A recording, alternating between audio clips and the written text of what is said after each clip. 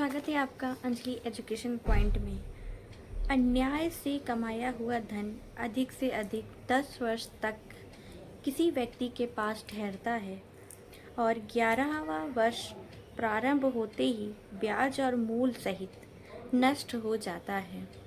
आइए बात करते हैं चाणक्य नीति के कुछ धन संबंधित विचारों के बारे में। इस अध्याय के प्रारंभ में आचार्य ने दया के महत्व को स्पष्ट किया है। उनका कहना है कि जो व्यक्ति इस संसार के परिमात्र पर दया करता है उसे ना तो मोक्ष प्राप्त करने के लिए जप तप आदि साधन की आवश्यकता है और ना ही जटाजूट धारण करके साधु सन्यासी बनने की। दया सभी धर्मों का सार है। गुरु के महत्व को बताते हुए आचार्य चाणक्य बताते हैं कि यदि शिष्य गुरु को अपना सर्वस्व समर्पित कर दे तो भी गुरु का ऋण शिष्य के से नहीं उतरता। गुरु ही शिष्य को वास्तविक ज्ञान देता है जिससे उच्चरण होना संभव ही नहीं है। दुष्ट व्यक्ति से बचने का उपाय बताते हुए चाणक्य बताते हैं कि या तो उसे मसल कर नष्ट कर देना चाहिए अथवा ऐसा करना नहीं चाहिए कि वह आपके कार्य में किसी प्रकार की रुकावट ना डाले सके। चाणक्य का कहना है कि जो व्यक्ति मैले कपड़े पहने रहता है, जिसके दांतों पर मैल जमा हुआ दिखाई देता है, जो हर समय कड़वी बातें करता रहता है तथा जो सूर्योदय और सूर्य अस्त के समय सोया रहता है, उसे ना तो लक्ष्मी प्राप्त होती है ना ही उसका स्वास्थ्य ठीक रहता है। इसीलिए व्यक्ति को अपने जीवन में सुखी बनाने के लिए प्रत्येक नियम के अनुसार चलना चाहिए। चाणक्य बताते हैं हमें किस प्रकार साफ सफाई का ध्यान रखते हुए अपने मन को, अपने शरीर को किस प्रकार स्वच्छ रखना चाहिए। आचार्य के अनुसार धन मनुष्य का बंधनों और सखा है, इसीलिए मनुष्य को धन संग्रह करते रहना चाहिए। उनका भी कहना है कि धन को धर्म पूर्वक ही कमाना चाहिए। अन्य से पैदा किया हुआ धन 10 वर्षों से अधिक नहीं ठहरता। जो अन्याय से धन प्राप्त होता है वो कुछ ही समय में नष्ट हो जाता है। इसीलिए हमें न्याय की रास्ते पे चलकर धन को जुटाना चाहिए। अनेक विद्वानों का कहना है कि समर्थ व्यक्ति को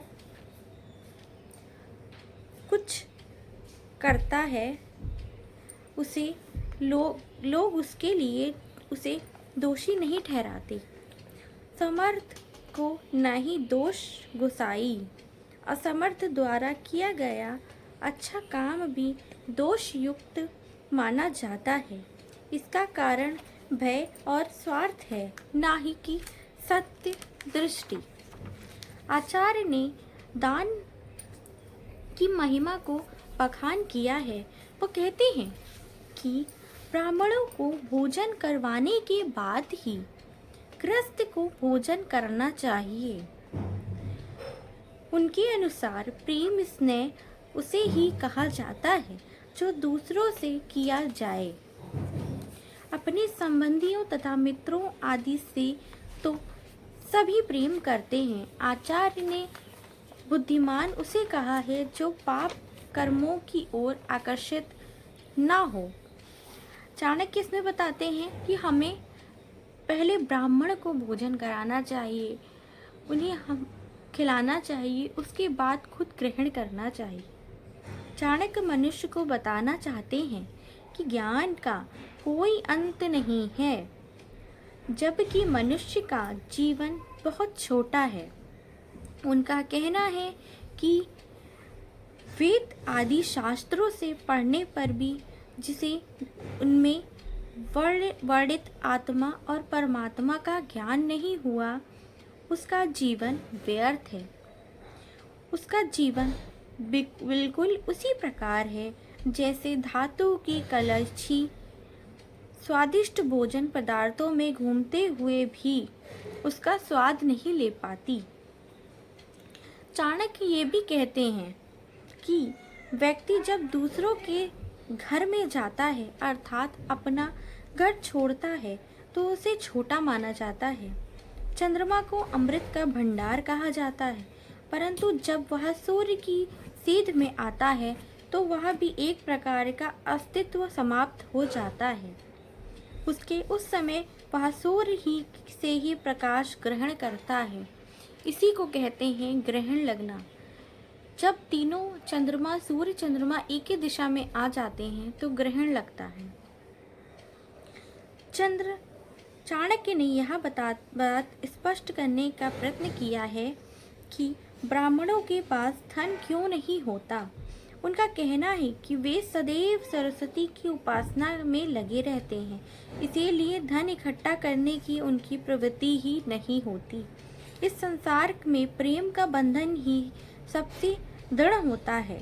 चाणक्य उदाहरण देते हुए कहते हैं कि भौरों में इतनी शक्ति होती है कि वह लकड़ियों में भी छेद कर सकती हैं, परंतु कमल के अनुराग में बांध जाने के कारण उनकी शक्ति व्यर्थ हो जाती है। इसी प्रकार मनुष्य के जो स्वाभाविक गुण हैं वे भी समाप्त नहीं होते। इसी प्रकार चंदन का वृक्ष छोटे छोटे टुकड़ों में काट दिए जाने पर भी अपनी सुगंध नहीं छोड़ता। उसी प्रकार श्रेष्ठ कुलीन मनुष्य निर्धन होने पर भी अपने गुणों का त्याग नहीं करता।